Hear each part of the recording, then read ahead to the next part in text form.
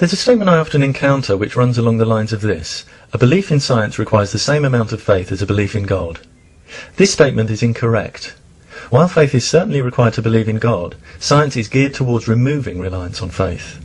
Science is the systematic acquisition and application of knowledge about the structure and behaviour of the physical universe, gained via empirical evidence through observation, measurement and experimentation. The definition of science is bound up with gathering observable, measurable evidence. It does not enlist faith. It's sometimes argued that because science hasn't yet uncovered all the answers, there are things that you have to take on faith, so science requires faith. This is making an error in reasoning. Science describes what happens. Any predictions it makes based on what's observed to happen are then supported, not supported, or contradicted by further experimentation and/or observation. Science doesn't require you to take anything on faith. In the absence of valid, reliable evidence, the default position is we don't yet know. Some people act astounded when scientists say they don't know all the answers. But why? No reputable scientist has ever claimed to know all the answers. Science isn't about trying to prove how clever you are, but it is about striving to determine what's really going on. I don't claim to know how the universe came to exist. You may say, well, I believe God made it. That's better than no answer. But you'd be wrong. An answer for which there's no reliable evidence is not better than no answer. I don't know is a wonderful answer. It's honest, accurate, and requires no faith. There's no shame in admitting you don't know something. On the contrary, the only shame is in claiming you know when you don't or can't possibly know. Science doesn't yet have the answers to many questions we would like to know, but what it does have, unlike faith-based claims, is a rigorous, reliable, and self-critical way of looking for answers. Some argue that science has its own faith-based assumptions. The consistency of physical laws is an observation, and the technology you use every day demonstrates that this observation that science makes use of is substantially justified. If aeroplanes sometimes became invisible in mid-air, you might have a case for claiming that the consistency of physical laws is a faith-based assumption. The truth is, we take scientific technology for granted because of the overwhelming evidence that the physical laws behind it work consistently. Notice I'm not commenting on the goodness of technology.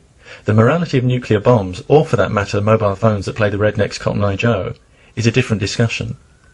What I'm pointing out is that the science behind the countless complicated and simple things that you use every day works. If you deny that, then ask yourself how you're watching this video. And those who think that the science responsible for developing their computers is different from the science that, for example, has established gravity and evolution as fact, have been misinformed, and would do well to learn about what science really is before commenting on what they believe to be its shortcomings. What happens in science when existing concepts seem unable to account for observed discrepancies? Does science collapse? No. Scientists refine their ideas. Newton's equations, although still powerful enough to predict the position of the moon centuries in advance, were replaced by deeper Einsteinian physics, which have far greater predictive power for scenarios involving very strong gravity. Such paradigm shifts show that science isn't about dogmatically defending personal theories and the status quo. The advancement of knowledge depends on scientists being able to examine and challenge concepts, rather than regard them as sacred and unquestionable. Scientists are genuinely open-minded, receptive to new ideas that, despite sometimes seeming counterintuitive, help to describe and predict the universe in which we live as accurately as possible. But because all candidate theories are subjected to the most rigorous scrutiny by the international scientific community, scepticism is built into the scientific method. In this way, scientists remain genuinely open-minded without the pitfalls of gullibility. Unlike science, we don't currently have anything that can be regarded as evidence for the existence of gods. Someone's feeling of personal certainty that a given God exists cannot be regarded as evidence that it exists, just as the feeling of certainty among ancient Greeks that a god called Helios drove a sun chariot across the sky cannot be regarded as evidence that this took place.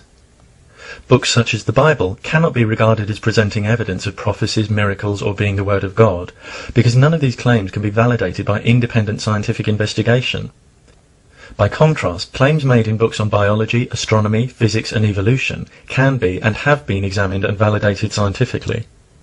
The Bible remains true only for those who have faith in its truth. And faith is fine, it just carries no scientific weight or persuasive value for people who don't share that faith. To many of those who believe in a God and the divine nature of Jesus, their faith has superior status precisely because it's not evidence-based.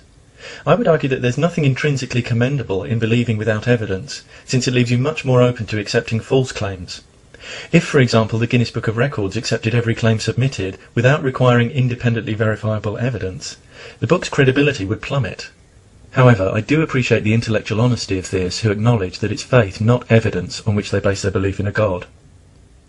But certain theists, not content with looking after their own beliefs, seek to establish them as part of the only plausible and morally acceptable worldview. And realizing that faith is a rather weak position from which to try to do this, they attempt to downgrade science to something requiring just as much faith as theism. Suddenly, the belief in a God, lacking any independently testable evidence and shared only by some of us, is claimed to have equal status to the undeniable tidal wave of scientific technology and progress used and witnessed daily by us all. These people, who aren't content, as many more reasonable religious people are, to believe what they believe and let others do the same, must realise that before their claim of equal faith can be taken seriously, it must be backed up by evidence. Unfortunately, the claim collapses under even low-level examination, and there's even a passage in the Bible which illustrates why. It's the story of doubting Thomas. After Jesus' crucifixion, it's written that Thomas, one of the 12 disciples, is told by the others that they've seen Jesus. He says he won't believe it unless he can touch the nail wounds in Jesus' hands and the wound in his side. Notice that not even seeing Jesus is enough for him. He's a real skeptic. He needs to touch the wounds. 8 days later, the disciples are together again, and this time Thomas is with them as Jesus appears. It's written that Jesus then lets Thomas touch his wounds, and Thomas exclaims, "My Lord and my God." Then Jesus tells him, "You believe because you have seen me. Blessed are those who believe without seeing me." This story highlights the significance of the difference between accepting Jesus' divinity because of evidence and accepting it with none, indicating that less faith is needed when you have what science requires. Jesus praises those who accept without evidence, but it's interesting that the Bible has Thomas rejecting even his fellow disciples' testimony of Jesus' divine resurrection. Ultimately, in this story, he needs first-hand evidence. Why evidence of the kind purportedly required and granted to doubting Thomas isn't currently available for modern atheists remains unexplained. Even if it wasn't self-evidently untrue that science and theism require equal faith, one certainly can't make that claim and simultaneously claim faith as a badge of virtue that makes theists superior to the sceptical scientists. It's either one or the other. You either claim equal faith or claim faith makes you superior. You can't have both. You can't have your faith cake and eat it. As I've explained, I don't think either claim can be justified. I have no problem with other people having beliefs that aren't based on evidence. Some of my friends and family have beliefs in God, homeopathy, aura reading and astrology, none of which I share, and this doesn't stop us loving each other. But when someone's evidence-free belief boils into the demand that everyone else must accept that belief as the only one that's plausible or morally defensible, big problems arise. Imposing an evidence-free belief, such as a belief in God, upon an individual or group via education, law, government or any other institution is dismissive, unreasonable and uncivilized. Faith-based beliefs have no place in these institutions, and the people who hold such beliefs are, in my view, entitled to pursue them only in their own time and with their own resources. Misrepresenting science doesn't increase the status of their beliefs. It just creates the impression that they're unwilling or unable to engage in fair and honest discussion. If I believed there was a God, that would be enough for me. I wouldn't get tangled up with making insupportable claims to try and prove it logically to non-believers. If believing in a God isn't enough for you, if other people's non-belief leaves you feeling angry, and you don't believe they have the right to live their lives as citizens worthy of equal respect, especially in education and law, I'd encourage you carefully to consider why you feel that way.